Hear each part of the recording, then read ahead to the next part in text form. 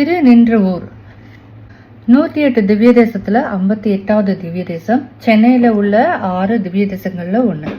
ஒரு சமயம் அப்பாவான சமுத்திரராஜன் கிட்ட கூச்சுண்டு தாயார் மகாலட்சுமி இங்க வந்து நின்னுன்றாங்க.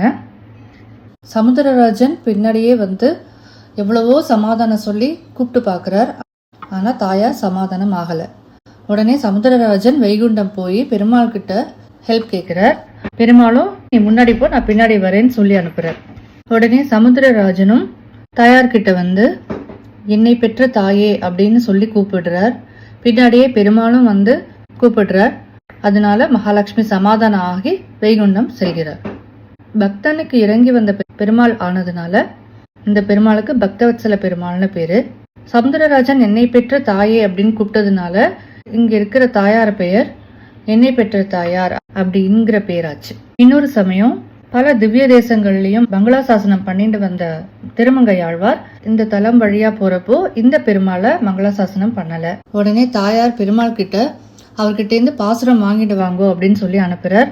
அதுக்குள்ள ஆழ்வார் மாமல்லபுரத்துல உள்ள ஸ்தலசேன பெருமாள் கோவிலுக்கு போயிடுறார். பக்தவத்சல் பெருமாள் அங்க வந்ததை பார்த்த ஆழ்வார் அங்கேயே இந்த பெருமாளுக்கும் மங்களாசாசனம் பண்றார். பெருமாள் வாங்கிட்டு வந்த பாசுரத்தை கேட்ட தாயார் மற்ற கோவிலெல்லாம் நிறைய பாசுரம் பாடுறாரு, நம்மளுக்கு ஒரு பாசுரம் தான் கிடைச்சதா, போய் இன்னொரு பாசுரம் கேட்டு வாங்கிட்டு வாங்கன்னு சொல்லி திருப்ப பெருமாள் அனுப்புறார். அதுக்குள்ள ஆழ்வார் திருக்கண்ணமங்கைக்கு போயிடுறார். பக்தவத்சல பெருமாள் திருக்கண்ணமங்கைக்கு போகிறார். இதை பார்த்த ஆழ்வார் திருக்கண்ணமங்கையில இந்த பெருமாளையும் சேர்த்து பாசுரம் சேவிக்கிறார். என்னை பெற்ற தாயார வேண்டி குபேரனும் இழந்த செல்வங்களை எல்லாம் திரும்ப பெற்றான் அப்படிங்கிறதும் வரலாறு. அதனால இந்த ஊர் தாயாரை சேவிச்சோம்னா சகல சௌபாகியங்களையும் நமக்கு பெற்று தருவார் என்பது ஐதீகம்.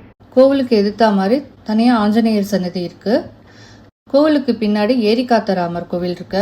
அங்கேயே பக்கத்துல ஒரு அம்பாள் கோவில், நரசிம்மர் சன்னதி இவாளாமும் எழுந்தருளி இருக்கா. இதய நோய் பரிகார ஸ்தலமான ஹிருதயாலீஸ்வரர் கோவிலும் இங்கதான் இருக்கு. நம்ம அங்க போனோம்னா எல்லாரையுமே சேவிச்சுட்டு வரலாம்.